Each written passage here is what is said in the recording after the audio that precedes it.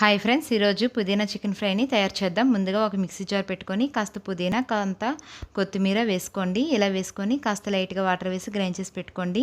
ఇప్పుడు స్టవ్ మీద ఒక పాన్ పెట్టుకొని కాస్త ఆయిల్ వేసుకొని ఒక 2 ఉల్లిపాయలను కట్ చేసి వేసుకోవాలి. అది బాగా వేయించుకున్న తర్వాత 1 టేబుల్ స్పూన్ అల్లం వెల్లుల్లి పేస్ట్ కూడా వేసి పూర్తిగా వేయించుకోవాలి. ఇందాక మనం గ్రైండ్ చేసి పెట్టుకున్న మిశ్రమాన్ని కూడా ఇందులో వేసుకోవాలి. ఇలా వేసుకొని పూర్తిగా కలిపి పెట్టుకొని 1 టేబుల్ స్పూన్ కారం, 1 టేబుల్ స్పూన్ ఉప్పు, 1 టేబుల్ స్పూన్ ధనియాల పొడి, 1 టేబుల్ స్పూన్ పసుపు, కాస్త గరం మసాలా కూడా వేసుకొని పూర్తిగా కలిపి పెట్టుకోవాలి. ఇది బాగా వేయించుకోవాలండి. ఇలా వేయించుకున్న తర్వాత ఇందాకలా మనం కడిగి పెట్టుకున్న చికెన్ని కూడా వేసుకోవాలి. వేసుకొని బాగా వేయించుకోవాలి.